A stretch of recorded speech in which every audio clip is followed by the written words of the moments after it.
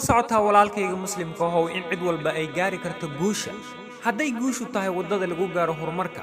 ogsoonow inay guuldarradu tahay wadada lagu gaaro guusha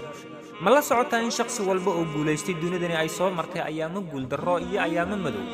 mase la socotaa midka guulaystay inuu yahay midka aan ka niyad jabin hiigsigiisa iyo himilooyinkiisa mustaqbalka waad noqon kartaa ruux guulaystay dabcan waa haddii aad tahay mid qaladaadkiisa casharro ka barta laakiinse lagama yaabo inaad guulaysato haddii aad tahay mid qoomamo badan mid shallayto badan mid cabsada mid ay saaxiibadii niyad jabiyaan iyo mid aan alla iyo qadartiisa ku kalsoonayn ma la socotaa in nabiyullaahi maxamed naxariisi nabadgelyo korkiisa allaha yeele uu guuldarraystay dagaalkii uxud haddana ma uusan ka niyad jabin guuldarradiisa soo gaartay awgeed faafinta dacwada iyo diintaba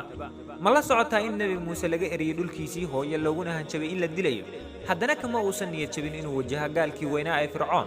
asagoo doonayay inuu xaqa gaadhsiiyo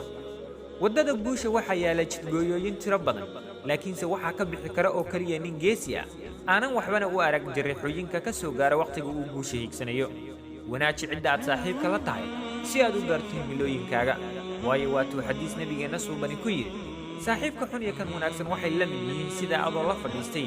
ninka miskiga iibiya iyo kan birta tuma kan miskiga iibiya waad ka iibsan kartaa miskiga oo riixdiisu udgoon tahay mise waxaadba ka heli kartaa riixdaasi udgoon balse kan birta tumaa ka faa'iidi maysid ilaa qiiqiya shirxun maahee guushu waa la gaari karaa balse waxaa gaara oo keliya kuwa raba inay gaaraan